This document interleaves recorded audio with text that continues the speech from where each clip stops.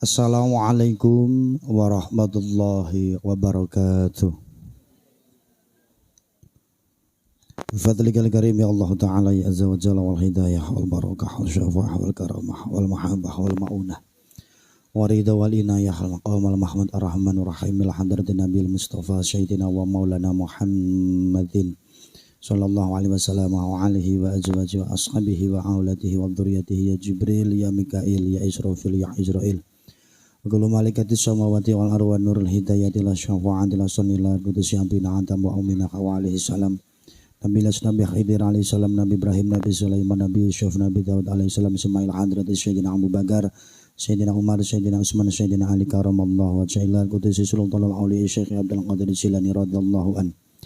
Ila Baghdadul Lama Sultanul Auliya Allah akhir zaman wa kullu wali Allah alin jaba alin qabu ali dzikrahu wa auliya salihin. Wallahu aslam maghrifatu billah wa ahli jihad fi sabilillah wa kullu jamil auliya Allahumma al-masjid al-maghrib jamil ulama Allahumma al-masjid al-maghrib. Senilar kutusi Simbah Wali Songo Hadratus Syekh Simbah Haji Hasim Asy'ari Hadratus Syekh Simbah Haji Abdul Wahab Hasbullah Hadratus Syekh Romo Ki Haji Muhammad Nur Ghazali Saful Islam Kota Bumi Banten Ponpes Atat Gerinjeng Sunan Kalijaga senilar kutusi Hadil Korea Simbah Kiai Jorono Wayo Jatiha Sultan Agung Hanyokrokusumo Kanjeng Panembahan Senopati Ngalogo Sri Aji Jayabaya Mbah Wali Ageng Makukuwan Jabal Sumbing ingkang sinuwun PB setunggal ngantos 13 ingkang sinuwun HB setunggal ngantos 9 Gusti Adipati Arya Mangkunegara Paku Alam setunggal ngantos 9 Panembahan Raden Ayu Cakrawati Surya Deningrat Jamilul Kubur wal muslimina wal muslimat wal mu'minina wal mu'minat samilal kutusi Simbah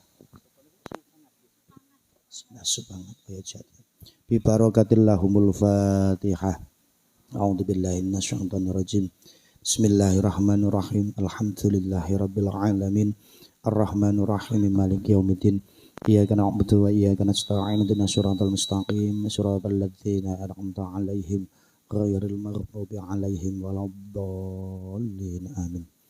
Alhamdulillah syukurillah ala nikmatillah wa sahbihi wa mawalah la haula wala quwata illa billahil aliyyil azim. Asyhadu an la ilaha illallah wa asyhadu anna Muhammadan abduhu wa rasuluhu la nabiyya ba'dah. Raditu billahi rabba wa bil islami dina wa bil Muhammadin nabiyya wa rasulahu wa al-Qur'ana hakama wa al-Qur'ana imama. Rabbi zidna ilman nafi'an wa amlan mutaqabbalan yahdillahu may yasha'u bi idzni ila syiratal mustaqim wa ala alihi. Qala Allah ta'ala fil Qur'anil karim a'udzu billahi minasyaitonir rajim. Bismillahirrahmanirrahim. Asyari'u ila maghfiratin min rabbikum wa jannatin arduha as-samawati wal ardu uiddat lil muttaqin alladzina yunfikuna fis syara'i wad dharai wal kadhimil ghaidha wa 'afina 'anil nas wallahu yuhibbul muhsinin. Qala Rasulullah sallallahu alaihi wasallam la yadkhulul jannata qatu ya'ni qatu rahim al hadis au kama qala amma ba'd.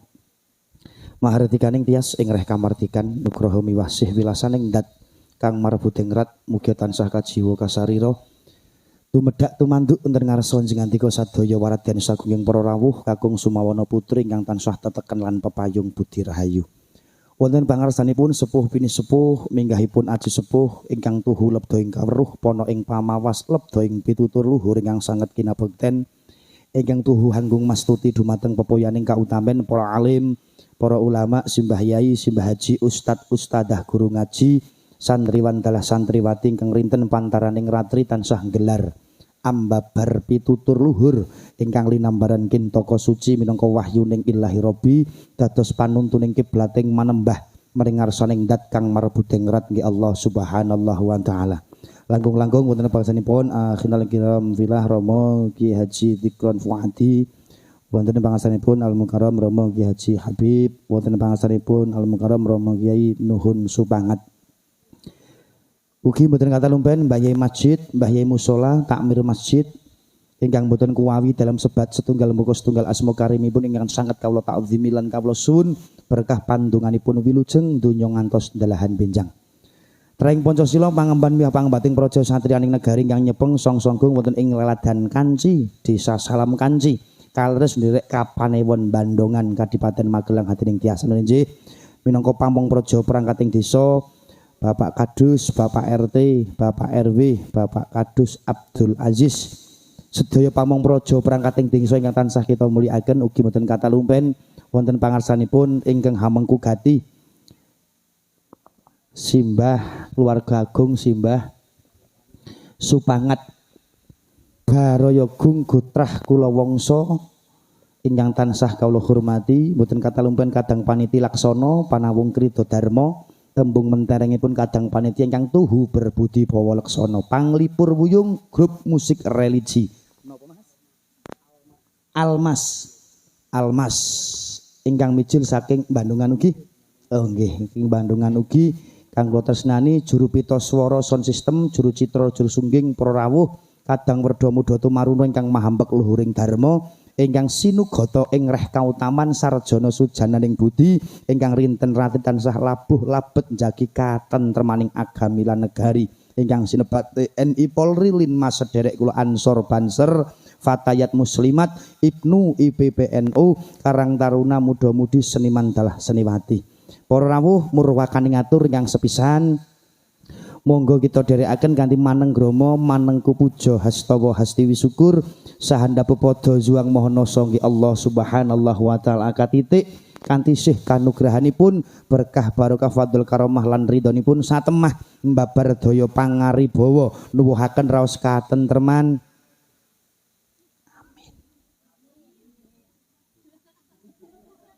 nuwuhaken raos kabagas kuwarasan nuwuhaken raos sehat waras dhahir batin ingkang pungkasan langkung wigatos nuwuhaken raos nikmat iman lan Islam Nahdlatul pramila rinten rantri ampun ngantos kendhat lan pegat anggenipun kunjuk syukur dhateng ingkang hanyipta jagat umbul hastungkara sareng-sareng waosan tahmid monggo kita dherekaken kita inggahaken sareng-sareng alhamdulillahirabbil Allahumma sholli ala sayyidina Muhammad syukur ingkang angka kalih selawat minggahipun salam mugi katetepna kunjuk dhateng wiyosan dalem junjungan kita bendoro kita panutan kita titah pinilih datan wonten ingkang sami titah minangka pepajaring jagat wonten ing nalika pepetenganing kahanan ngantos sak menika wiyosan dalem Gusti Rasul Muhammad sallallahu alaihi wasallam mugi-mugi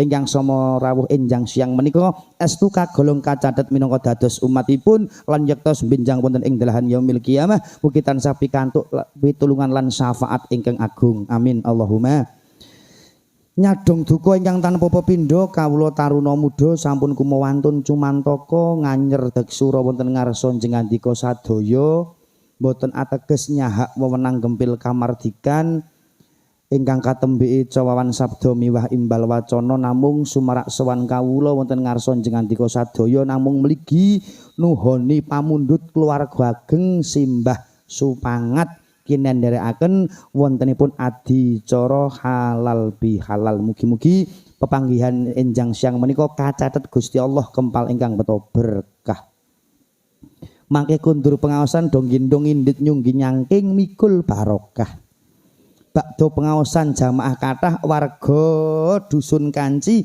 desa Salam Kanci ingkang rawuh keluarga agung Simbah Supangat rezeki turah-turah tur kathah kena kanggo ngragati cah ngaji mondok sekolah lan kuliah kok turah kathah geng gedheke ngrumati putra lan wayah kok kepeksa turah kathah kanggo napa ngambake Tegal kebonan karo sawah kok turah kathah gen ningkat ngapikke dandani omah ndene kok turah kathah sowan dealer Bandongan tuku Honda mobil sing mewah kok tetep turah kathah alek daftar haji umroh nyang Mekah lan Madinah alhamdulillah sallu ala nabi Muhammad kepareng beber dumadinipun halal bi halal menawi saking sejarah pemerintahan Hindia Belanda niku sampun wonten taun 1930 gangsal sing damel sinten Dokter Tuan Pigun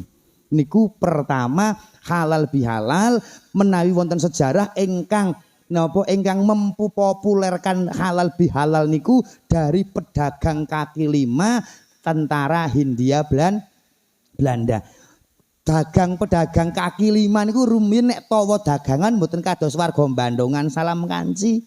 Nek warga bilang, Bu sayur, Bu daging, ember-ember bodol Bu, rambut-rambut brodol. Ditawak-tawakake. Nek zaman pedagang kaki lima pemerintah Hindia Belanda niku lho tawa pripun? Halai bihalai iki lho daganganku halal mbok tukunen. Basa arepun di pemerintah Hindia Belanda niku 1935 pun enten kata-kata halai bihalai. Menawi wonten bumi pertiwi Indonesia niki halal bihalal tercetus tahun 1908. Indonesia merdeka nembe 3 tahun. Halo, assalamualaikum Bu. Sampun ngantuk? Ngantuk yuk. 1908 Indonesia merdeka nembe 3 tahun. Kalangan parpol, kalangan elit, bahkan dari sekutu, bahkan sing asli wong Jawa sing merong kampuh jinggo, sing balela belani Walanda dereng trima nek Indonesia sampun merdeka. Ngantos dikumandhengake galokae genderane ku mlebat angawe-awe abang putih sandiwarna iku lambang sejatine negara kita wis merdeka kang adhedhasar panca. Dumadi kalaning tanggal 17 Agustus sasine nuju taun 1940 rambate ratahayu. Ya diagem to miki mosok ora diagem. Kok kaya pengunjung wae, nek kaya pengunjung medun. Ya ini galak. Rambate ratahayu. Holo bis kuntul baris, rambate ratahayu.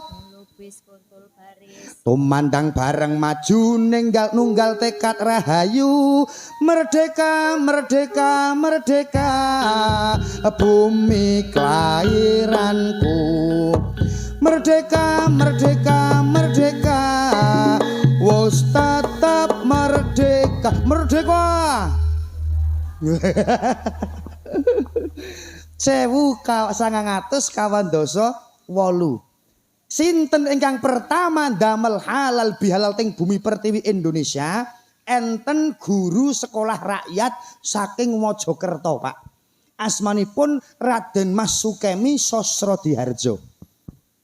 Raden Mas Sukemi kagungan garwa saking Tanah Lot Bali. Asmanipun Ida Ayu Nyoman Rai.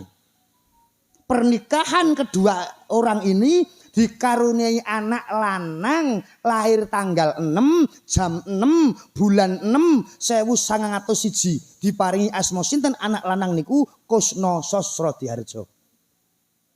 Basan jare warga Bandungan salam kanci nek cah cilik kok loro-loron biasanya sok kabotan jeneng. Lajeng Kusno Sosrodiharjo digenti asmane sinten dadi Soekarno. Presiden pertama sakbakdanipun Ratu Helmina. Nggih. Nggih. Ya kala-kala jenengan salat kagungan tujuan mboten? Ngerti karepe to? Aku salat kudu ngerti ka. Lah nek halal bihalal nggih ra ketung sekedhik kersane paham anu tujuane nggih. Allahumma nggih. Lajeng anak niku digenti jenenge Kusno Sosrodiharjo digenti dadi Soekarno. Su niku swara, Karno niku basa Jawane kuping. Mula zaman Pak Karno nek ajeng mirengi berita, ngertos berita mancanegara, mboten mirsani TV, mboten mirsani HP wong dereng enten. Njur lewat napa? Lewat swara radio. Di radio aku dengar lagu boy mengenang masa lalu, Bah. Nek ana kata-kata kesayanganmu. Nggih. Lajeng Pak Karno niki kerawuhan guru kula panjenengan saking wewengkon Jawi Wetan, sinten pendiri radio Suara NO pertama. Hadratus Syekh Simbah Ki Haji Abdul Wahab Hasbullah. Niki dua tokoh besar pertama ingkang ndumadekaken ingkang mencetuske halal bi halal. Niki tahun 1948. Merga napa? Zaman niku wis merdeka namung tasih kathah ingkang balila. Nggih Mbah Kakung. Kathah sing dadi penghi.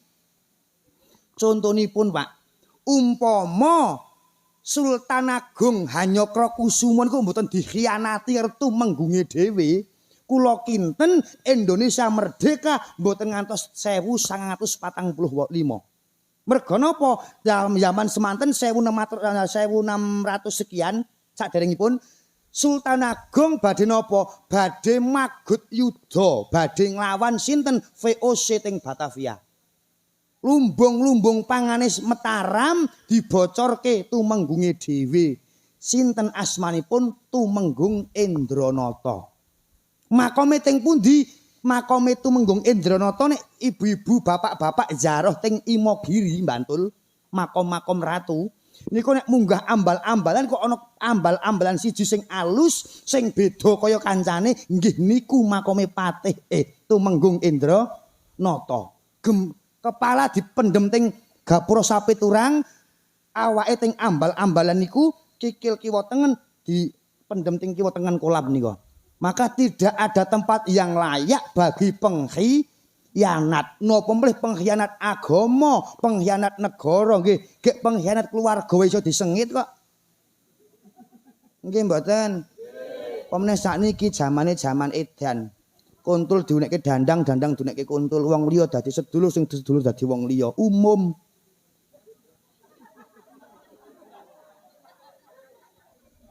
Ya Pak, umum. Mergo tok apa? Mergo dulure ora duwe alasane. Nek ora jajar ora bakal jejer. Piye to Ki? Kok gething aku. Oke, baik. Pun sewu lho, Pak. Kula nek mulang nggih ngeten niki. Nek kon kaya abah kula ora iso. Ya Allah, asalamualaikum. Ora jelas to niku. Innamal mu'minuna ikhwatun lak jelas to. Muslim antaraning muslim lak sedulur niku. Gek pengkhianat negara, pengkhianat keluarga iso disengit wong akeh kok. Nggih mboten? Kayane duwite akeh niku karo kudu sedulurku nek ngono. Tenan jaman sakniki niku wong mbok pinter paribasane kok kere, lenggahe nang mburi. Ambok bodhowo kok dite akeh sugih kok ngomong, monggo Pak, monggo pinarek ngajeng mriko, monggo. Sakniki sing didelok niku wong ndhahiriae kok ambok kitab kuning lothok nahwu sorop mateng, fikih mateng, wong ora duwe kadang kayane wong pakaiane kaya ngono kok. Menggek mburi kono nyempet-nyempeti mata ono jek. Naudzubillah min. Lak jelas to niku laisal ghina angkasratil ardi walakin ghina nafsi. Wong pathokane wong sugih lak mboten bondo donya to, Bu. Napa? Sugih syukur, sugih sabar, sugih ngapura, nggih. Sugih ibadah Allahumma. Mangsane dhuwit niku iso gawe wong penak urung mesti. Dhuwit akeh. Warga ageng salam. Dusun Kanci niki sing rawuh niki nggih Pak. Kula termasuk kula mburi kula barang niki. Nek cara kon milih, kula jenengan ku milih werna papat. Sehat waras awake, istiqomah ibadahe, sehat waras awake, ora akeh duwite, ora usah nyambut. Khalifah kok. Lah karepe pengen lho uang sinawang kok nggih Pak. Ketoke kene nyawang kono penak, jebul sing ngrasake ya ora mboten penak. Ngono kadang nek dibanding-banding ki cok marai sebel nggih Bu. Nggih to, Bah. Wong niku lak ndelok menungso lak nalika wis sukses to. Mboten ndelok perjuangane to, Pak. Mbah Kakung bapak sakniki pun sepuh. Bahumu yang dulu kekar, legam terbakar matahari, kini kurus dan membungkuk. Nggih mboten. Kanggo sapa? Ya nduriye Mbah Supangat to. Nggih to anakku. Kadang nek enten sing ngrasani to Pak kula ki kadang cara ora mubalek arek emosi jan. Entuk jan jeru abah le ngrasani kula. Aku ngono penak nang omah dhewe duit marani. Dikon ngaji rono, kon tahlil rene, kon sak piturute. Ha kok kowe muni kowe ngono penak. Ora ngrasake kerah gudeg barang biyen nang pondok. Nek gitu Bah, ning nyawang anu Abah Yai nu saiki penak teng dalem. Sakniki grup napa niki selawat Almas wah selawat Almas iki jiwan apike ora umum. Mumpun dadi kok. Nggih mboten. Nalika latihan kadang rak gelut karo personile barang kok. Ngene ora ngene iki larase ngene sing ngono. Nggih mboten. Nyawang wong ki suksese tok mboten perjuangane kok ya Pak. Mbah Kakung kados ngeten sepuhe berjuang kanggo anakku. Anak afala tak kilun kok ora mikir. Masuk bapak biasa. Ana kiai kok gemremeng. Salam kanci sehat waras Allahumma. Nggih. Aku kowe ngono saiki nang omah teko dhewe aja banding-banding ki enten takeran iki ya, Mbak. Zaman biyen sampeang saring lempus kene melek esuk wis tangi Bandungan kita pateh jeh turu. Jajal kono jeh kelonan. Kene turut sarean turut makom jauh para wali, para masyayikh kono ya mung nang omah ndelok TV. Kono kene ngeleh Senin Kemis poso netu poso sunah kono wareg terus. Ya wolak-walik ing jaman to ya kok banding-bandingke bapak ki mbiyen gagah-gagah. Zaman dereng sak menika ngopeni garwa ngopeni anakku.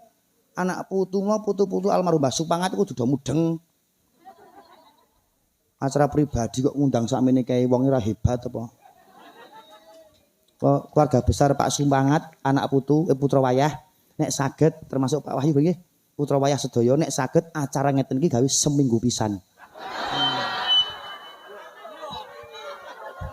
Nek dhewe itu gelem-gelem mawon nggih Pak. Wong pengajian wis snack to. Aneh ya anak putu sing bodol. Seneng yo seneng ning aja nemen. Lah nek tandha bektinipun kula Mbah Kiai niku lak matur. Nang pripun Mbah Kiai ngopeni wong tuwa ana karo ngopeni wong tuwa sing wis ora ana. Ha kok jebul kok penak ngopeni wong tuwa sing wis ora ana. Muni ngono Dik. Ha ning kula ya mak tratap umpake mboke kula ijeh kok.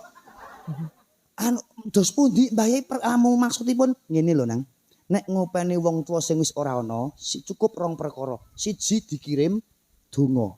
Ping kalih kok keluberan rezeki kirim ganjaran sedekah.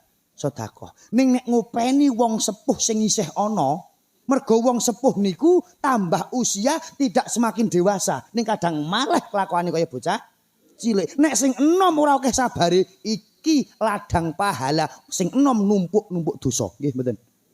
Wong kadang wis sawisi unjukan, wis sawisi wedang kopi, nono ding. Iki umpama gek mbayangke nyawisi nang omah kuwi kok. Lho kula niku teng salam teng Abah tahun wingi pun teng pondok niku to. Yo wingine 2 hari kepenger teng pundi Bu? Teng salam mriku niku salam 2. Enten susu jahe, wedang kopi, wedang teh barang kok. Aku ngomong ora kok njaluk ke ora biasane ana. Wah niki wis bejo lho Pak, wis werna 1 2 3 werna 4 iki njaluk berarti teng pangku kalau nyambi ngemil barang niki. Pak Wahyu, tolong nggih niki masuk mobil mangke nggih. Ge dodok lawang. Piye kok mikir omah. Assalamualaikum. Nah, nggih. Quran rusak wong sepuh niku. Quran niku rusak diwaos mboten saged wong rusak. Nek ora diwaos ndosani niku nggih.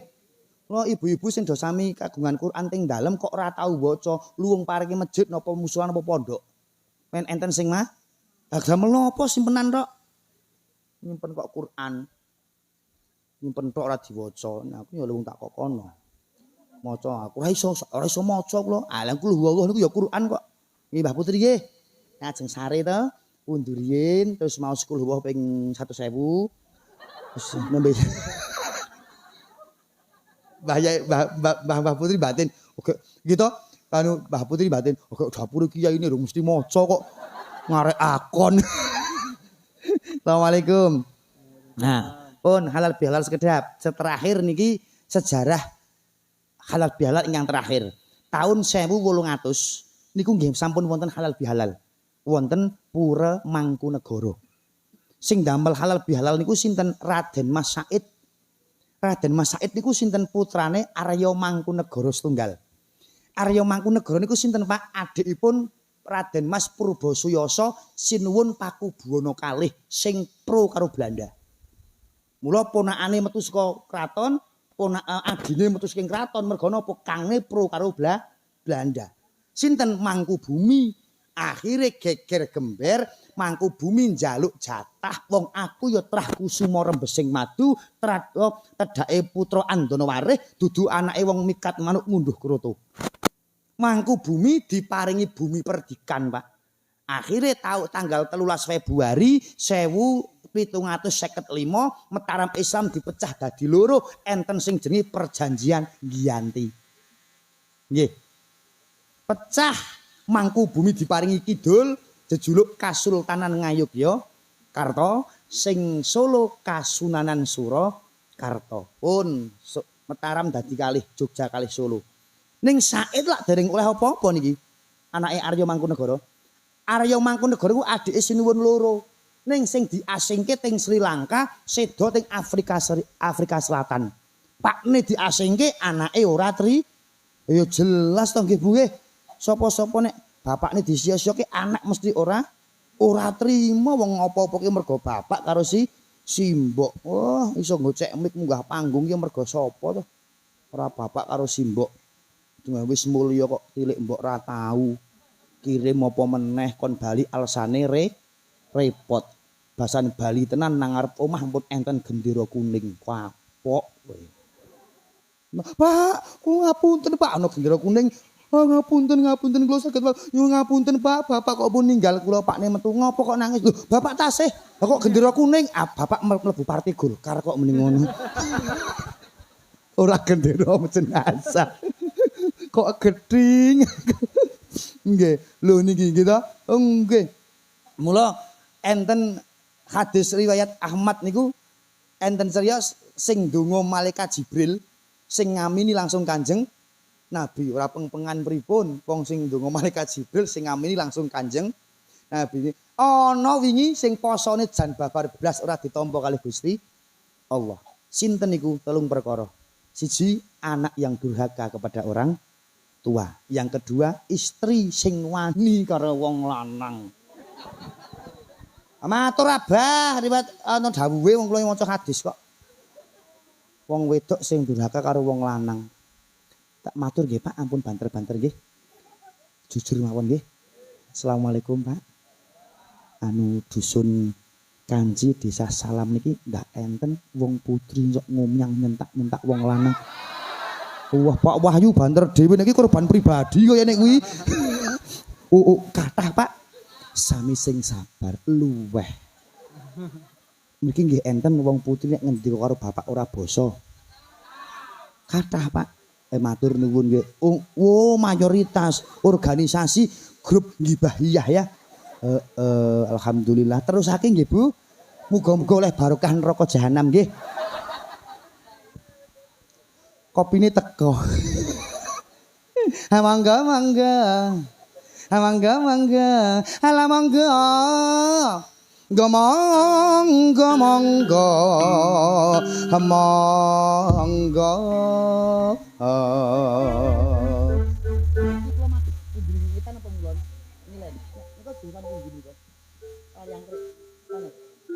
Bandungan, Kadoran, matur nuwun Mas, cakep-cakep Gusti nggih. Tak dongake lek tindak ngulon nggih. Allahumma nggih teng Kaliangkrik, teng Bandungan. Napa kudu ring Mekah? Nggih. Wong kula iki nek muni nuwun sewu, Bah, nek muni banere ditulisi Kiai Haji kula paling keri, paling wegah. Ten estu wong kula ki sing pertama nyeluk Gus ki kula ya ora mudeng kok. Sakniki Ustaz anyar-anyar telukane Gus kabeh kok. Gus kula putra Pak Yai kudune ndek pondok. Pak Yai kula tukang deres. Kok guyune kok semune kok ngece. Rezekine wong ki beda-beda kok. Wong sing gek ngerampok bondo negara wis santai wae kok. Nderes kok diguyu. Ayo Bak Sunan Geseng to kowe. Ya apa ora? Nang nderes kok diguyu. Mun kula petani nderes aren nggih nderes karet. Nek mriki lak mayoritas sayur nggih, Pak. Pak pantun nggih, palawija nggih, kaya tela-tela nggih. Lah niku lak wong mriki lak ning kula kan petani karet, nderes aren, empon-empon, obat-obatan niku herbal napa kaya kunir, mrica, panili, tumbar enten Pak nek sayuran mboten simbok kula mung dagang. Nek sing pertama nyeluk Gus kula niku wong simbok kula kok. Kok Gus ki napa to, Mbok? Ah, dhek lak bagus to nang ngono-ngono ki. Ah nek mbokne dhewe ndak ora entuk ngalem anake nggih. Oh kok wah berarti sing sak wong-wong do muni gas Gus ki mergo sampeyan ora nyong muni bagus ora Gus anak kiai muni ngono. Wong kula ki asli lahir ki jenengane Wiwi R Sakim kok. Kula niku lahir mbiyen 7 sasi setengah lahir bayi signatur kula niku mbiyen. Signatur. Apa Pak? Prematur kok signatur. Nek signatur ki rokok kok ya? Oh nek rokok kula mboten signatur nggih Pak Yai. Rokok kula LA merah. Nah. Mbok Pak Wahyu ki ora mikir babar blas mbok ya sak bungkus. Assalamualaikum. Lajeng kula kalih simbah diparingi asma niku. Kula ngenger teng Mbah Saifuddin Sumawana antos 7 taun kula diparingi asma Muhammad Zainal Arifin. Niku nek saking pondok. Nek juga pun keceluk sing jeneng cilik Wawi Wawi. Wiwi niku to. Wawi kecewak ngawur wae. Wiwi asma kinarya dodo. Nama sebuah doa aja ngenteng ki arep jenenge upama kula ki mboten dijenengi Wiwi tak kira ya ora dadi dapure kok ngenekan kok. Mau sing gawe ana sing gawe lagu Wiwi ambiar ngono bareng ki. Ajan ngece to kuwi.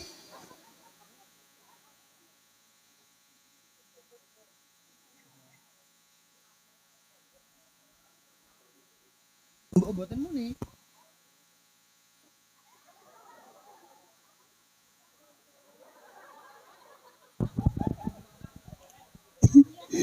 Aning kula luweh Pak kabeh tak emong nek kula ngoten. Kula dereng nate Pak dadi ketok-ketok dadi mubalek awit 2008 ngantek niki duwe musuh tukang son apa orjen. Kabeh tak emong nek kula kok Pak. Wong rene dodone golek kletik-kletik to. Ndak ora.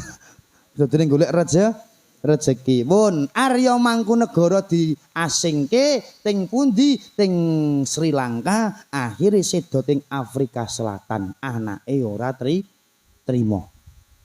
Perang nglawan Jogja nglawan Solo. Nglawan Walanda.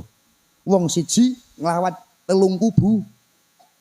Ngantek paten pinaten tunggang turutan ora rampung-rampung, akhire Jogja Solo Belanda ndamel wara-wara sayembara. Sing sok sapa wonge cilik ngendarat utawa nyekel, gedhe iso mateni Said tak ganjaran 1000 real. Ning boten enten ingkang wantun, Pak. Pertama sing ngawontenaken tentara niku napa? Legiun Mangkunegara nggih Said niku sing gawe tentara. Teng sejarah niku. Bareng ngoten akhire dientenaken taun 1758 perjanjian Solo tiga Said diparingi bumi perdikan.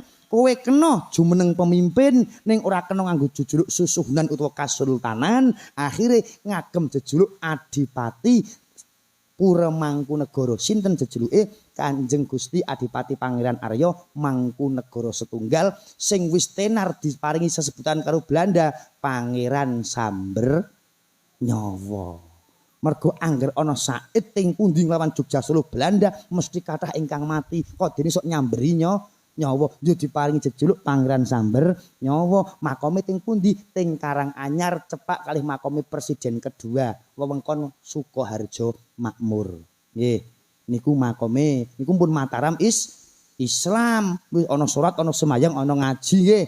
Wis ana ngirim lelu. Lah niki sing pertama gawe halal bihalal tahun 1800 ning mboten halal bihalal tembungipun Bu. Napa? Nek cara kraton tembungipun sungkeman pangabekten. Ngoten. Mula Ibu, Assalamualaikum Bu. Tak dongake muga-muga petuk tahun ngajeng. Amin. Kula paringi pangertosan magayutan kalih sungkem kalih Bapak kersa. Nggih, nek saged. Halo. Najan sungkem ki nek wong Jawa enten tata carane ana aturane mangke ndak suul adab. Nggih. Nek niki lak marep ngilen nggih kula. Lah nek bapak lenggah kursi ngeten iki nek bodho niku nggih Pak nggih. Pokoke bapak nek disungkemi ibu digawe sing berbobot berwibawa gagah. Aja ingah-ingih nggih. Men serem kono men bekti karo lho ridane wong putih lak manut niki to. Nek ridane anak lak manut bapak ibu. Lho nggih. Nah, bapak lenggah ngeten iki sing berwibawa. Maju. Umpama. Lah ibu najeng sungkem kali bapak kok kepeksa badhe lenggah kursi, monggo.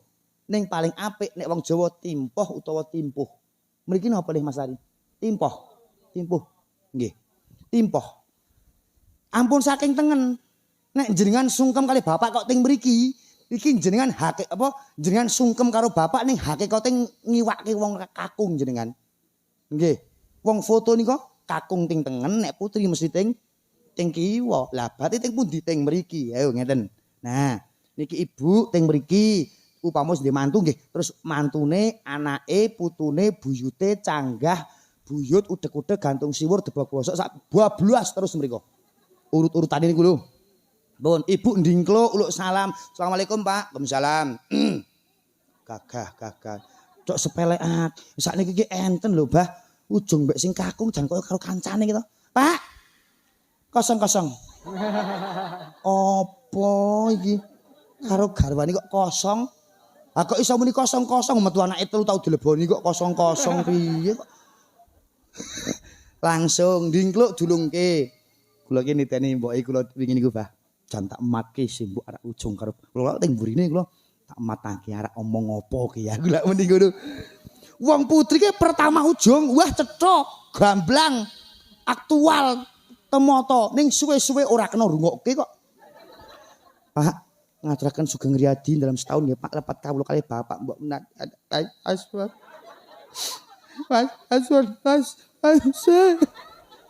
Pak kok jawil kula, Pak. Nang, nggih Pak. Mbokmu ki omong apa to kuwi? Kok ora kena rungokke suwe.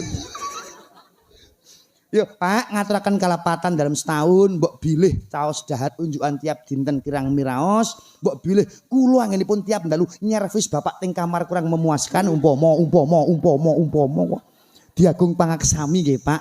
Wis iya wis Bu padha-padha sepira gedene nggokku isih gedhe nggon piye sepira gedene kaluputanku isih gedhe pangapu ramu. Wis Bu, aja kedarung-darung anggone panelongso wis tak dongake muga-muga dhewe kakeninen tutuk lih momong putu. Wis Ibu di mek pundake nggih, Pak. Wis Bu, ayo ngeten terus Bapak nyepak. Ya harmonis romantis kok hepatitis tis kok. Nggih to? Wong garwane dhewe kan mboten napa-napa to nggih. Ya kecuali sing dicup-cup kok tanggane. Ayo bodo pertama dusun salam kanci ya geger geden ya umpama Pak Wahyu umpama ya Pak umpama lho Pak umpama lho Bu umpama Pak Wahyu ki badan to njeneng prapatan kae kok karo Yunarni umpamane lah Bu Wahyu lak pirsa Pak apa bali ha ngopo urung rampung le sungkem dengan Abah barang kok sik bali sik ana apa bengak-bengok rungokke wong rapik mau sampeyan ngopo nang prapatan kae ngopo Pak ngopo kok nginang-ngene karo Narni opo karo Mbok De ora Mbok Denan aku bojomu kok tegel-tegel samang cipika-cipi karo wong liya pulangkan saja aku ke rumah ibuku karo bapakku ongko Assalamualaikum pun niki sungkem pangabekten njur kalih sing pernah sepuh Pak D Mbok D mara sepuh nembe kalih para kadang-kadang nek kula karang dusun sekedhik nek dusun salam dusun kancri pinten RT Mas Ayu 8 lah jan ombo nggih nek nggih kula mung 4 RT dadi jam 11 jam luhur niku kula wis rampung kula paling wegah nek bodho kula kudu lunga dhisik nek mboten lunga dhisik aslak diujungi wong kan aku sungkan. Aku malu Besti, please ngertiin aku kan aku masih muda. Aku baru 23 tahun loh. Kamu belum tahu kan? 23 tambah 15.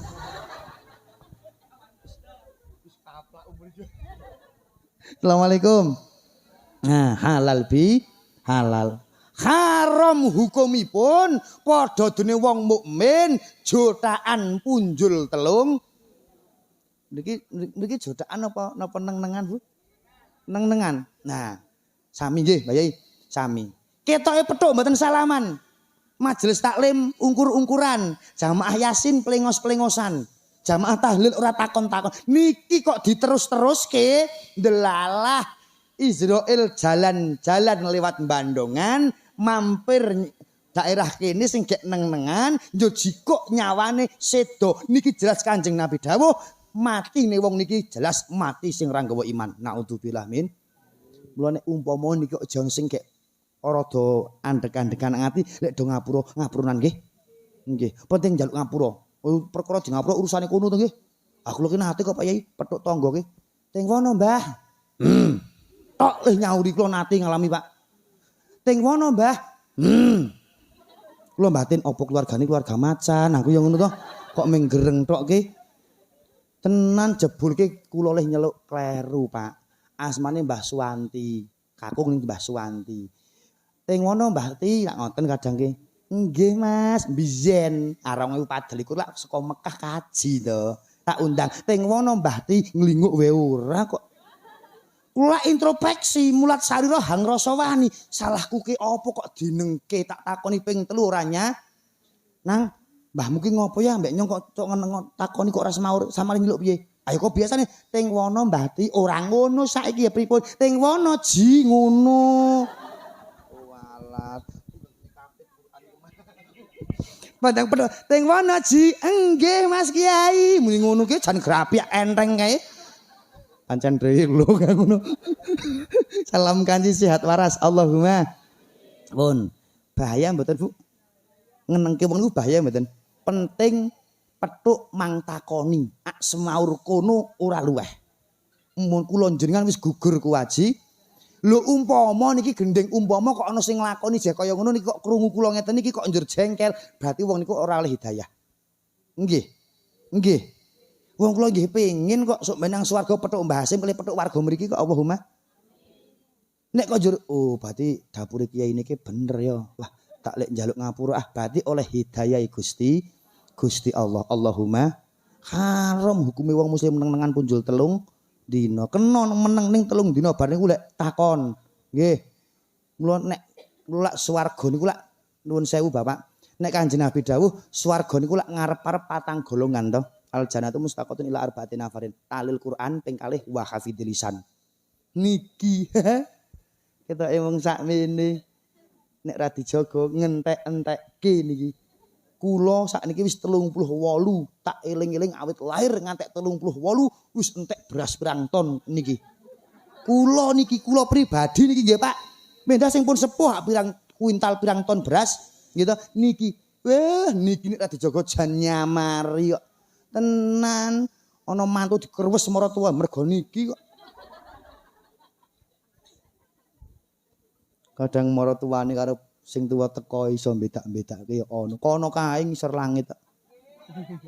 Makne teko ya langsung iwak sapi, ayam potong, langsung sayur tumis kangkung, sayur asem, cawiske, greh goreng, kerupuk sambel tomat sing enak. Sing tuwa teko ya oblok-oblok jipang. Tempe goreng, aluweh wong mara tuwa. Aja bedak wong kok ngene kok diban. Lagu kok jan cak-cek nggih warga mriki. Oh, kon ilah hadratil ora iso. Ahlussunnah wal jamaah. Assalamualaikum. Ah niki enten cerios mbok menawi abang nggih nate nyerios kene iki. Alhamdulillah apa Mas? Oh, walah ya Allah repot-repot ya Allah Mas. Nggih matur suwun nggih. Ya Allah, ampun repot-repot Mas ya Allah. Nggih repot-repot. Rokok niku lak moro-moro takok to, Pak. Sing saka Kalimantan ndak muni endi duwite lak mboten to? Endi sing saka merantau rokok ki moro-moro takok ngraketke paseduluran ngono. Nek tengen dhewe lak muni nyah rokoke tak mendet sak les to, Pak. Nek teng Mekah aja nganti njan nawani rokok Mekah kok sak bungkuse jaluk kabeh. Tenan kok Bu kula ki nate kok nek wong mriki lak, "Bah, monggo rokoke dulungke mendet sak les to, Pak nek dhewe nggih." Nek teng Mekah rokok cara basa Jawane. Weh ki jaluk kabeh sik. Estu kula kok mboten percaya. Arep dapure enom kaya ngeten iki, ring Mekah wis ping pisan kok. Ajeng pindho bareng warga kanci Allahumma. Ngoten mawon nggih cara ora rono nggih ora apa-apa nggih Pak. Ora ring Mekah ki jane ora apa-apa, ora dosa mboten, ora duwe kok. Nek meng umur Nek meng umroh ki jane kelase wong lumrah ki cara distandarke karo deduwekane ki jane nggih saged ya Pak. Ning pancen Allah dari ngersakake nggih. Omahe tingkat, mobile duwe, Honda duwe, aras duwe. Nek meng 35 juta enteng to jane. Ning pancen siji Allah tidak memanggil yang mampu, tapi Allah memampukan yang dipanggil. Mbok gadhao arta nek ora Allah ora ngersake nggen kula Mbah Suwadi jenengane. Niki Pak astagfirullah. Wah kula nek kelingan jan arak nangis rasane. Pertama daftar kapusan. Pun haji. Njur daftar melih ken nenggo 11 tahun. Niki kudune kloter pertama Mbah Suwadi niku tindak Bu. Sawal bodo 3 dina sedo nyajal.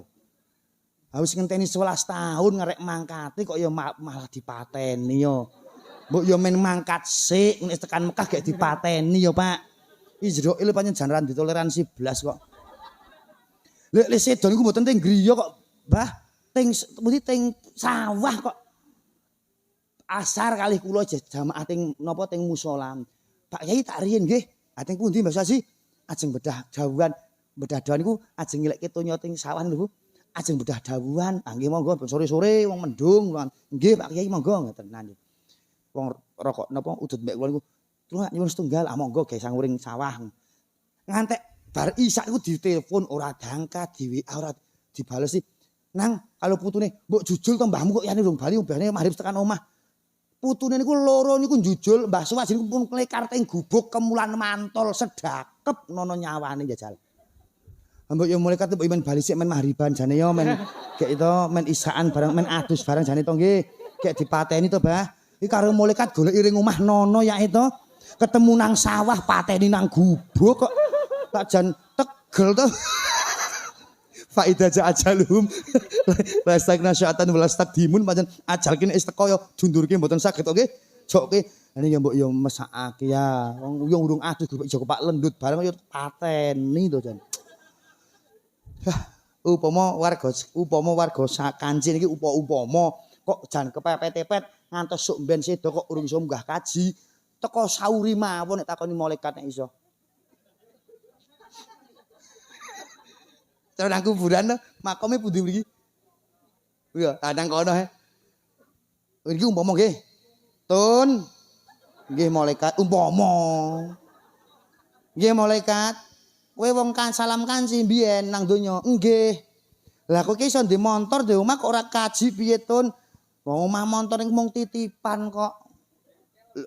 Bengkel kok. Wong paling sugih niku tukang parkir. Hondane pirang-pirang, montore pirang. Basan ngono lunga saka siji ya ora getun nggih. Lega kaya tukang parkir, bandane akeh ora pamer. Nggih, Avanza, Terios, ana apa Ayla, ana Pajero, ana sing panas njaba njero sak pitu to. Pandang lunga saka siji ya santai mawon iki getun wae ora.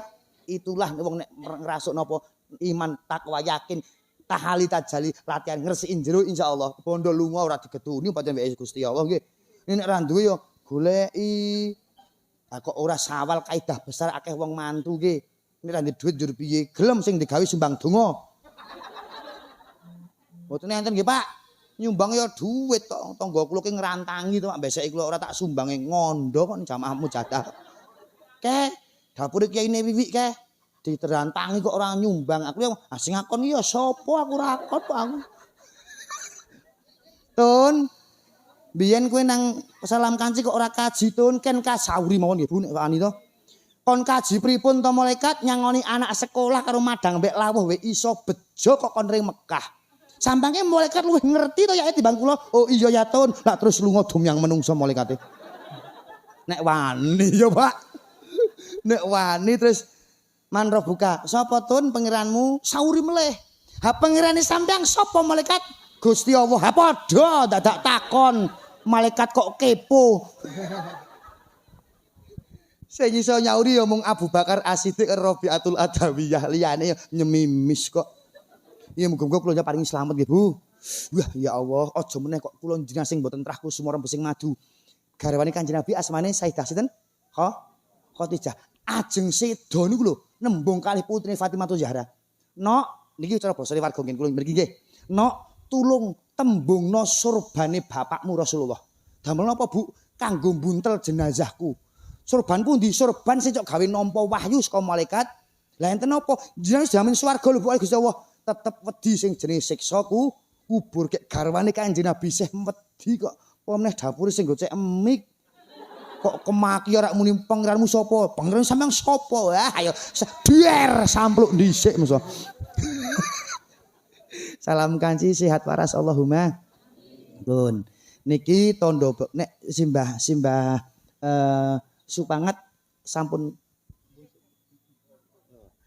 Wah, ting mriko gek mesem niki, Mas. Jan gek mesem dikirimi ganjaran gede kali anakku. Kula niku to, Bah. Benget sanget kalih napa? Kalih selawat sing saben malam Jumat ahli kubur tilik omah. Sik Mas, anu garingan riyen Mas. Selawat mawon nggih. Saben malam Jumat ahli kubur tilik ngomah. Kula selawatan ngoten niku teng masjid. Aku omah sing sebelah masjid kok nyauri to ning omah niku. Kok ora tau weruh ngejal. Arep njaluk sangu ayat Quran sak kalimah. Anak putune dorang ngaji. Wis kula tak sabar-sabar ki niku. Terus ping 3 lamun ra diwehi banjur bali mrebes mili malah ning nguk jendela. Tak cawisi tisu nggih. Coramu balik tak antemi tenan. Lah kula njur sowan almarhum Rama Ki Haji Geger. Almarhum Mbah Yai Solihun. Mbah Yai, ana apa? Lah ngoten niku to, Pak. Logate Mbah Yai janjah kelingan kula. Assalamualaikum Mbah Yai. Ana apa ngono? Badhe tangle. Tangot napa? Nyentak ning ngangeni ngoten lho.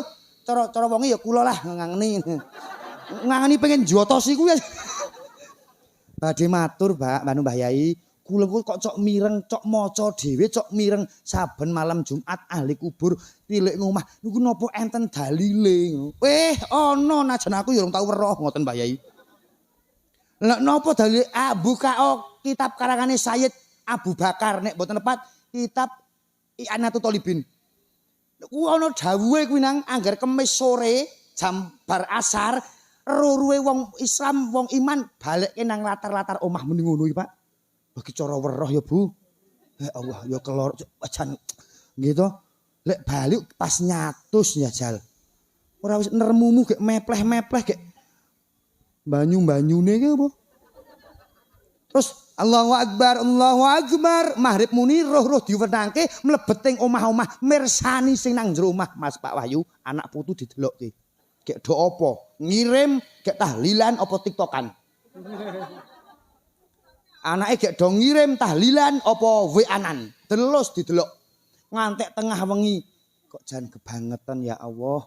Ming sak Fatihah kok ora ngirim. Mula niku Bah nek muni malam Jumat kok kira ning ngaji cepak jan gage-gage harak bali. Kula rumangsa sing tak nggoni niku tinggalane sing wis ora ana nggih mboten. Dalem-dalem niki, lemah-lemah niki lak riyen mboten kagungane jenengan to. Kowe Mbah Putri to. Alas, omah, bondo donya kabeh tinggalan.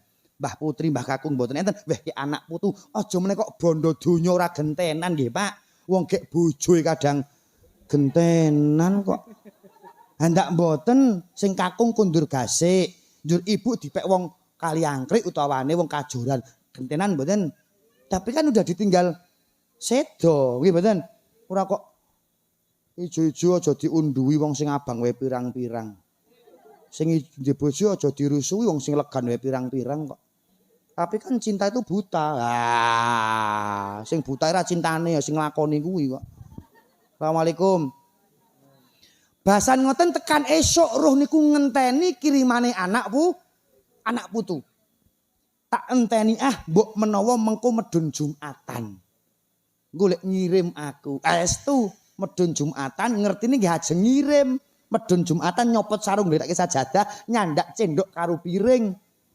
Ora sida ngirim. bar sadahar udutan ngopi tindak ketone matun ring sawah tekan Jumat bar asar ruh niki wangsul teng nggon-nggon ruh sing wis dicawiske kalih Gusti kalih muni ngeten aduh kebangetan kabeh anak lan putuku orang rumangsani mangan bondo tinggalanku orang rumangsani nandur telo kuwi lemahku ngono ki tinggalane sing ana gitu ya ten lamun aku bisa bali ring salam kanji meneh arep tak jaluki biyen sing aku duwe mrene ngono tak sauri aku nek iso aku yo mending ngono. Marak bali wis ora iso kok njaluk aku ngono. Pun. Asalamualaikum Bu. Warga mriki petani pari sawah Palawija nggih. Nebaske gedang, nebaske telo ngoten nggih. Lah umpama Pak Wahyu ndi kae wonge? Oh, umpama nebaske telo gedang pari payu 20 juta. Allahumma. Kamong kok sing ditanduri tinggalane sing wis ora anjur kira-kira ki sing cegurke masjid ki 1 juta, apa 2 juta, apa 3 juta, apa blas? Oh blas, yo apik. Sing dhe lemah tinggali tunggake klopo karo tunggake gedhange mengan. Kursi ak jagong kiye iki mbok yo lapi sik ya wah ya Allah. Ngamplengi Pak Wahyu. Assalamualaikum. Pun. Niki mulai enten dawuh irhamu mautakum kandha tresna welas asih dateng sedaya para leluhur. Ngopo kok diarani leluhur? Kudu diluhurke. Allahumma. Lho nggih padha diluhurke. Mula wong sedo niku nggo 3 perkara, maluhu wa ahluhu amaluhu. Ngoten kata? Amale ngeterke ring sarian, anak putune ngeterke bondo donya ngeterke, terus napa? Ahli-ahline ngeterke. Namung menawi sampun dipun pendhem tinggal lunga, nek pun dipendhem terus niki patokan apa tenger, Bu? Pak, patokan apa tenger? Tenger. Tenger niku nek siji nggih Pak, nek loro tenger. Nggih ta? Lho nggih nek loro tenger. Lho niku. Alhamdulillah niki simbah supangat jan kek nembe walah. Matur nuwun Gusti. Anak putu do ngirim ngoten nggih. Jam pira kok ngoceh wae iki? Ih kok setengah loro to pisan? Apa nilai jame dhewe kok ora oleh? Jam larang kok. Saking larangi warga Salam Kecamatan Bandungan ki ora ana sing duwe jam tangan kowek kula. Kula tumbas teng Jakarta tokone tingkat 3 serba 35. 100.000 oleh 3. Halo. Irhamu mautakum kandha tresna welas asih dateng sinten leluhur carane piye nganggo sedekah. Allahumma nggih nganggo donga nggih. Monggo-monggo nggih. Nggih. Oh, kundur mondok nggih. Kok kaya Indosiar yo ana sponsor lewat sidelok nggih. Api nggih tak dongake hasil maksud Ibu. Nggih siji lho. Bayah kok kelingan sing aku yo kelingan sing nang omah. Sok tak gawone ya. Nggih niki. Ngapura. Lho nek niki kok ijek ana wong ndek andeg-andegan perkara ora ngapura marang saleh wong liya, 3 perkara kala wau sing ora ditampa posone. Anak yang durhaka, istri yang durhaka, sing ping 3 wong sing ora gelem ngapura marang saleh wong liya. Niku jenenge wong egois. Kaya bener-bener dhewe ngalim-ngalimo, dhewe pinter-pintera, dhewe sugih-sugihe. Sugih napa to dapure kula njenengan kula niku nggih? Lho inna sholati wa nusuki wa mahyaya wa mamati lillahi rabbil kagungan apa to wong ibadah salat urip mati kagunganipun Gusti. Lah kantun nampi nggih Bu. Nggih muga-muga tambah barokah rezekine. Allahumma kagem sarana ibadah dateng Gusti Allah karena waktu adalah ibadah besti please ngertiin aku tuh capek. Ibadah waktu adalah ibadah kok uang wae. Uang urip kabeh pancen butuh. Yen wis sugih dhuwit aja banjur medhit. Dhuwit iku kadang dadi penyakit. Sugih dhuwit lali ngaji lali mas. Golek dhuwit aja nganti ninggal salat. Yen wis sugih dhuwit aja lali zakat. zakat iku bageyane wong mlarat kanggo ngresiki bondo haram lan sungkat duit DUIT doa une usaha ine iman tene takwa nggih doa nggih usaha nggih iman nggih takwa netepi darmaning urip netepi kelumrahaning urip amin Allahumma. Oh niki tresnane anak putu Simbah Supangat direwangi ndamel acara halal bi halal napa mung ujubipun nyuwun panjurung donga Allahumma amin. Mula aja nganti pedhot lih seduluran ora bakal mlebu to munggah swarga wong sing napa medhot tali silaturahim. Njur kemutan cerios wong sugih munggah kaji Pak wis sugih ndelalah diparingi rahmat Gusti Allah munggah haji umpama jenengane Mbah Suto nggih umpama Mbah Suto niki wong sugih Pak nindakake ibadah haji ning Mbah Suto wonge over niku cara basane berlebihan mosok arep ring murung Mekah kok sangu sak miliar Pak masuk akal mboten Bu masuk akal mboten Bu sing ora masuk akale sampeyan Mbah Suto wong sugih mbok sak karepe Kiai kok ngewohake meniku. Tindak Mekah sangu sak miliar, tekan Mekah lak bingung kiambak to Bu. Aku arak tawaf, arak mabit nang Musdalifah, arak wukuf nang Arafah, arak napa tawaf, arak sa'i sak piturute arak ring Mina balang jumroh mung ngerek duit sak koper. Akhire Mbah sapa mau? Mbah Suto pados tiang amanah wong alim ting daerah Mekah. Asmanipun Mbah Abdullah. Nek muni Mbah Abdullah kok angel Mbah Dullah. Wong Jawa bismillah semelah kok. Alhamdulillah kamdu lillah. Arek muni la haula wala quwata ya wala kuwato. Donga ina anjalna genula udana lang amun la ilu apa la fajar langit padang mandi tenan terang tenan nggih ditirakati utawa kenang gudeg barang kok pasenten beteke ajeng ndelok ireng niku njelehi kiyaine akhire det sak miliar dipun titipke teng Mbah Dullah sampeyan ki wong amanah ahlu sunnah wal jamaah sampeyan ora tau ngapusi ora tau tumindak maksiat kula titip duit kula tak tinggal ibadah haji sesuk nek wis rampung duwite tak pendet nggih monggo Mas muga-muga mabrur ibadah haji amin tindak tak cepetke wong soalé Mbah Suto lek ajeng pindah ting Kaliangkrik mangke siang tak cepet yo. Mbah Suto selesai ibadah haji songo 10 11 12 13 wajib limang perkara iki nek ora lakoni hajine ora sah pun. Bareng ngoten kula nate menangi pas ing Arafah niku Pak Yai 2023 panase 55 derajat. Walah nek cara ora ana kancane tetep wangsul nggih Pak. Tenan nang alas dhewe kok kepanasan Bali kula kok. Ate mun kok Bali ya iman-iman.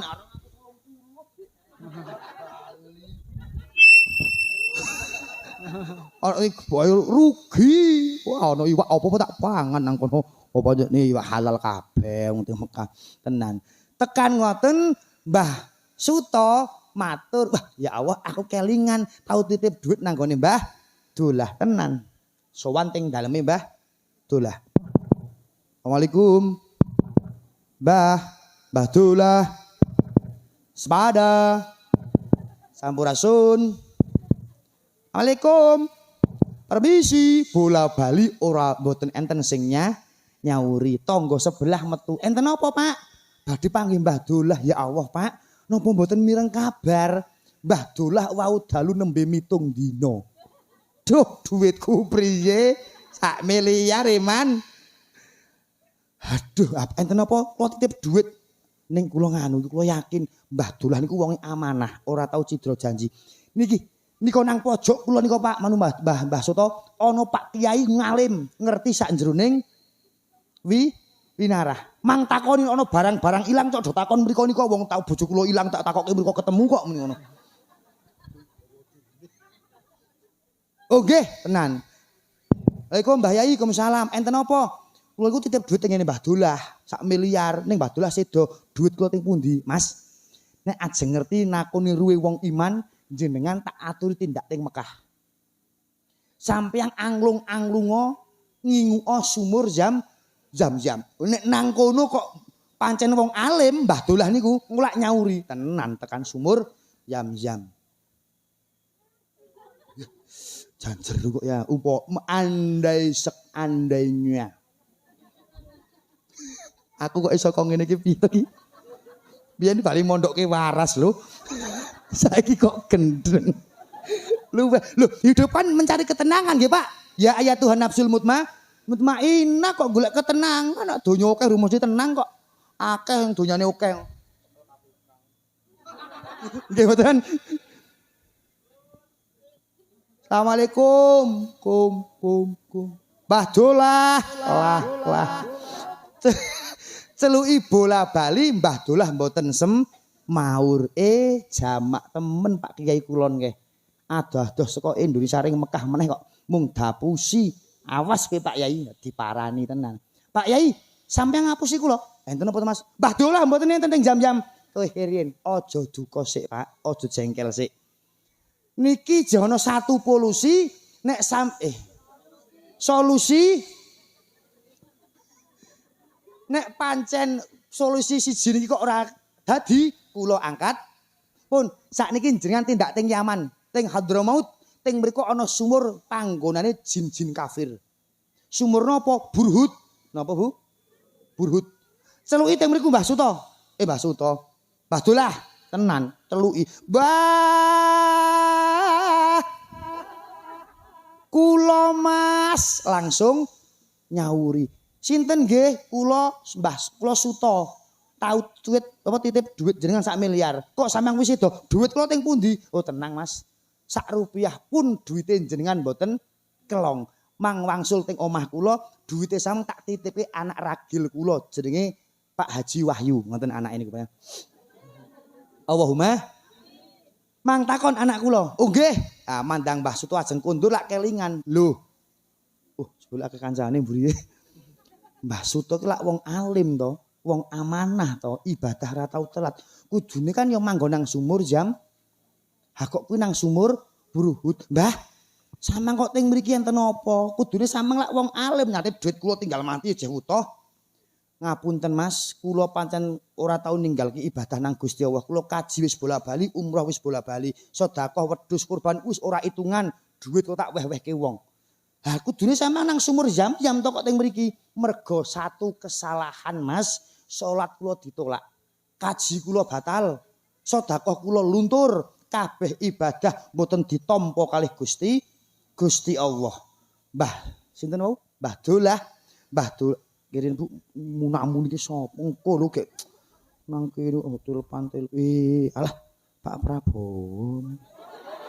Pak Prabowo nggen kula kok njak amek pringke kok presiden apa?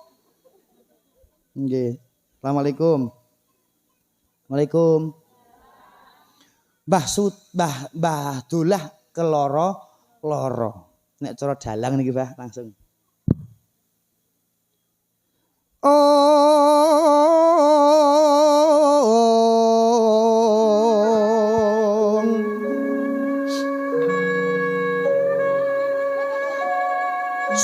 Surem dewangkara kingkin lir wanguswa kang layon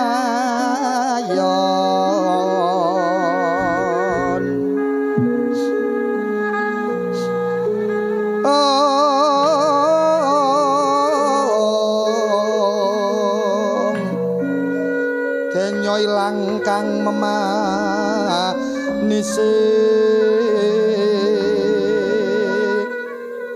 wadananira layu kumel kucem rahya maratani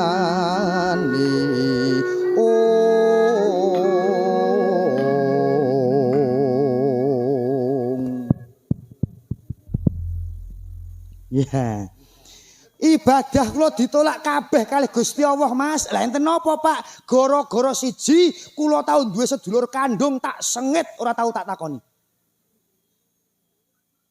Medeni mboten?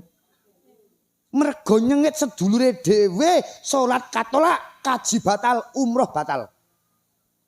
Mula ngati-ati perkara sepele ning dadi gawe. Mula siji salamatul lisan bi hifdzil lisan, slamete manungsa tergantung antukipun njagi lisanipun piyambak Allahumma sing ati-ati lawan waspada menawa sira do ngobrol karo tong ngrasani tangga ngojak alane liya kadang ra rumangsa awak dipun godhog kalih Gusti Allah wonten kawah candra dimuka setunggal wulan penuh 3 dasa dinten nindakake siam Ramadan satemah napa kula panjenengan kersane kagungan titel, kagungan predikat, kagungan jabatan la'allakum tattaqun. Muga-muga dadi wong sing takwa dhateng Gusti Allah. Niki wingi sampun nindakake poso kok ijeh ana sing ora gelem ngapura salahe wong liya. Ya Allah, iman titikane ditampa ngapura dosane napa? Siji wong kuwi tambah infake, tambah sabari, tambah sedekoi, tambah dermawane. Allahumma gelem ngempet alias tambah sabari, tambah istiqomah itu makninai. Ping 3 gelem ngapura marang salahe wong liya. Mula Syawal niki bulan pening katan ningkatke anggenipun kula panjenengan sami ngawula ngabekti dhateng Gusti Allah. Jebul wong Jawa niku ora tokan. Enten sing matur jare paling pinter paling ampuh ki wong luar. Mboten tetep ampuh wong Indonesia. Tong seng didahar. Tong karo seng didahar. Molen didahar ya Pak. Bakso granat didahar. Bakso mercon wong Jawa jebul peng-pengan mula Jawa digawa Arab nggih digarap. Allahumma enggak bisa Mas wong Indonesia kok malah ngalem negara liya. Wah wong luar mriku gawe kereta cepat 1 perjalanan berapa ribu kilo per detik per menit tetap ijeh ampuh wong Jawa. Ngertos Mas Didi Kempot Pak?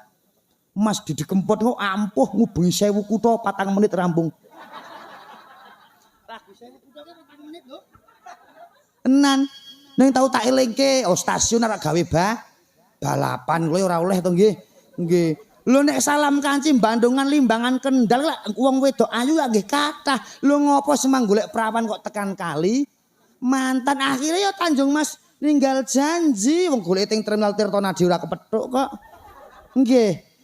Enten melih termasuk Magelang mriki Mbah Yai Mas Wahyu. Kok menawi bapak nate mireng pahlawan sing nantang Walanda 5 tahun ra leren-leren asmane Antawirya. Nate mireng? Nggih. Antawirya ngertos Bu? Antawirya niku patunge teng alun-alun Magelang, numpak jaran, nggo jubah, nggo udeng-udeng ana kerise. Sinten? Dipa niku santri lho Bu. Putrane sinten Diponegoro niku ingkang sinuwun Hamengku Buwana kalih garwa Pacitan Jawa Timur. Asmanipun Anta niku santri peng-pengan niku ya mursyid tarekah kok nek Mbah Yai Khalwani ngendika.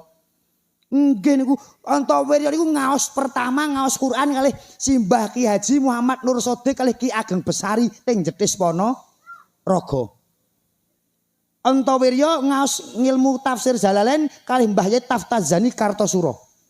Antawirya ngaos ilmu Antawirya ngaos kitab kuning kalih Mbah Kiai Baidawi Mbagelen Purworejo.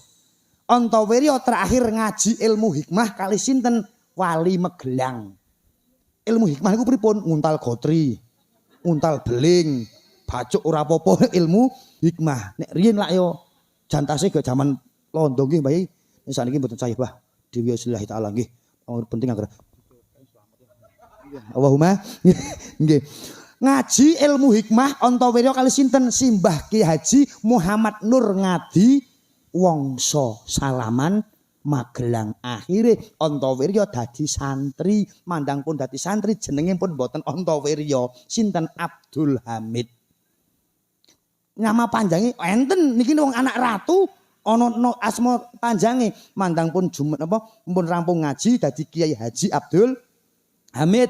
Nek jenenge panjang sinten Kiai Haji Kanjeng Bendoro Raden Mas Antawirya Abdul Hamid Mustahar Heru Cokro Senopati ing Ngaloga Sayyidin Panatagomo Amirul Mukminin Khalifah Tanah Jawi Pangeran Diponegoro Pahlawan Gua Selarong. Apal jenengan? Mula rasa dadi kiai ndak kangelan ngapalke. Wis ngapalke nono sing ngundang lah ya jan keloro-loro to.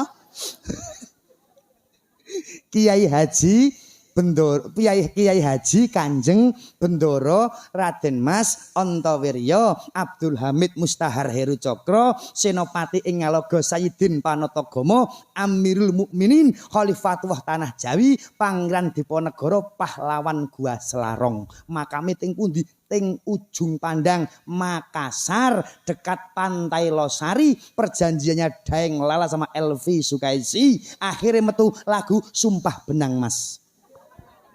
Daeng Lala tak mungkin bawa kereng lalu pindah ke tanah Jawa. Sing pojok wit lho kok melu ngene. Amang ditindingi Mas, suara kok wis erek ora bakal tindingane ora bakal petuk mbek. Kok iso biru-biru to niki? Iya Allah, Ibu nggih. Birunya cinta kita berdua semoga abadi seperti birunya langit hati. Iki ono sing batin kiai kok pecicilan kok.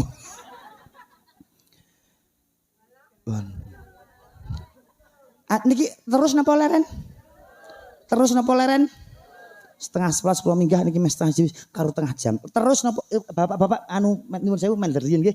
Kersane kaum Hawa sing nyauri. Ibu, halo. Niki terus napa leren? Leren napa terus? Wong putri kok terus wong lanang wisayah ora iso. Pak, contone bojo kula dhewe. Mas, terus Mas, ora dhewe wong tak rewangi udut sak udutan karo ngopi uyep-uyep kok aku ya ngono. Aku no penak terus ngene tok kok. Sing olahraga kene kok. Terus gayane takon ngombe jamu kleru to, Pak. Aku lek ngaos saking Tuban kula niku. Anu Mas tumbas ke jamu malam Jumat nggih aku muni ngono. Tak tumbas kula tumbas sehat lelaki kuda liar. Bojo kula tak tumbas ke sari rapet to. Lah gelas lalik Dek, dijersik menadem tinggal isak gelase padha. Bojo kula rampung salam terus lunga kok kleru ngombe sing sehat lelaki kuda liar. Oh, Mas, ayo. Ayo, aku lo sari rapet ya ora, Dek. Aku yang ngono. Ora nggo pempes, aku yang ngono. Salam kanji sehat waras Allahumma. Pun anu Mas, Pak, Mas napa Pak niki? Pak Mas, pun kagungan Wahyu kala sibo. Sing versi mboten dangdut to. Diparingi niku nggih kanggo tolak balak ndongake warga agung salam Dusun Kanci salam Kanci niki muga-muga dusun mriki tebih saking balak lan bilahi saged dateng rahmat lan ridhani Gusti Allah. Monggo Ibu diparingi wahyu kala siba dugi nganu mawon nggih.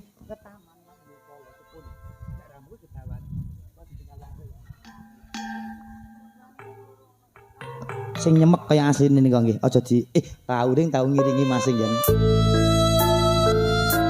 Hung wilahe ngawi kena mas tuna masih dam sekali awana wangi ngoto bogomo nyaya jodapa lawa sata dakaraca naha gagah kang jenangkah rahayu kang tinemu keluarga agung simbah supangat putra wayah gotrah sak kula mangsa mugi tepo ana tepi darmaning urip lan netepi karmaning tiyang sepuh minangka hol birul waliden. Mugi gagah kang jenangkah rahayu kang tinemu lestari kang kaesti widodo kang sinedya slamet saking ribet rahayu kang tinemu niskala saking sakataipun bebaya warga agung salam Kanci binerkan dening Gusti para nabi lan para wali para pepunden lan para sesepuh kaluhur.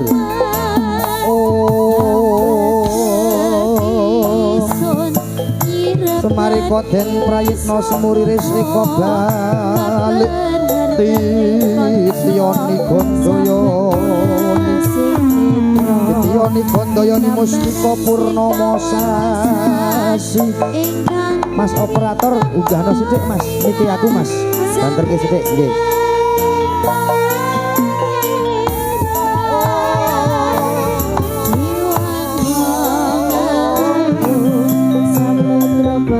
Tresna sinayeng gelung mintonaken tiwikramandira priwikramandira manunggaling kawula kepo ketaman rayu kala sepo ketaman rayu kala sepo.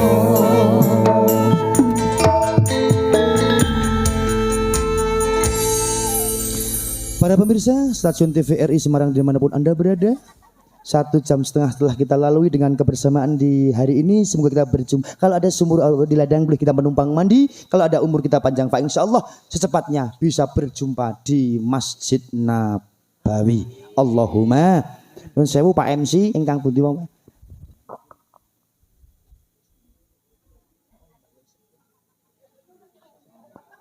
Iki maido mbek donga, loro berarti. Pak Wahyu, loro.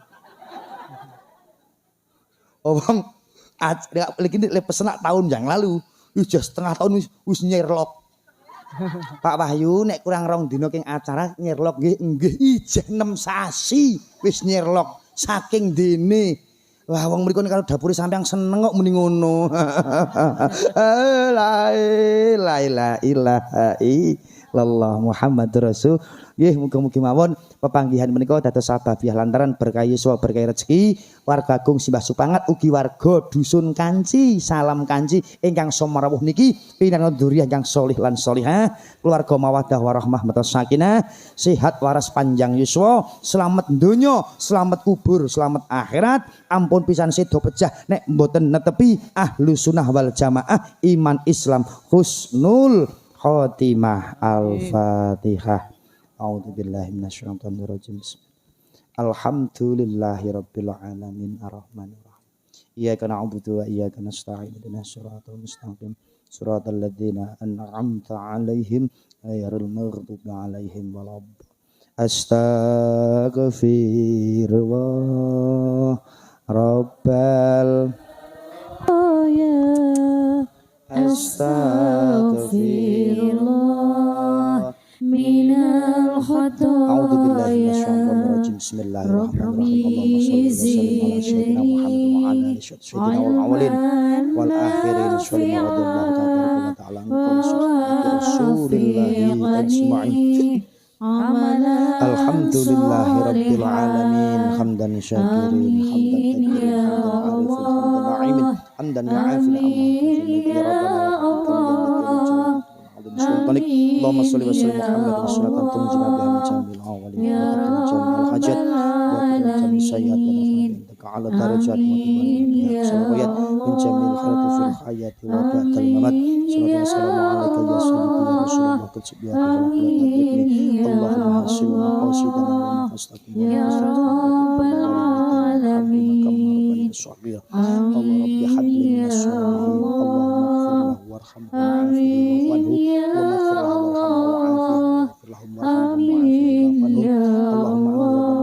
Simbah Supangat min la ilaha illallah Allahumma arinal haqqa ya ayat Tuhan nafsul mutmainnah irji'i ila rabbika radiyatan mardiyah fadkhuli fi jannatin Allahumma bismillahirrahmanirrahim wa hankuhu nuril fadlan Allahumma inna nas'aluka salatan fi dinina wa afiyatan fil jasadina wa iyatan fil ilmina wa barakatan fil rizqina tawbatan qabla al-maudina wa rahmatan indal maudina wal maghfiratan qatal maut Allahumma ahlin alaina fi syakaratil maudina wa najatan min nari wal ahwaitil hisab Bismillahirrahmanirrahim bi hajatina warqakum Simbah Supangat anak putu putra wa yaqabul hajbun Rabbana la tuzigh qulubana ba'da idh hadaytana wa hab lana min ladunka rahmatan innaka Rabbana atina fid hasanatan wa qina adzabannar sallallahu sayyidina Muhammad wa ala alihi wa baraka wa sallam Assalamu alal mursalin Walhamdulillahirabbil alamin. Mekaten semanten Bapak Ibu kekirangan kalepatan saking cubluking kula pribadi tasih kirang ing seserepan lan pasinaon mugi keluarga agung Simbah Supangat putra Wegotrah sak keluarga kersa bedah tangguling samudra nyampaiaken tirtane pangapura dhateng jasad kula dene wonten leresipun yektos pitadah saking Allah taala sak sireping hastungkara mandhapipun wahyu katentreman Allahumma hadinallahu majma'in. Assalamualaikum warahmatullahi wabarakatuh.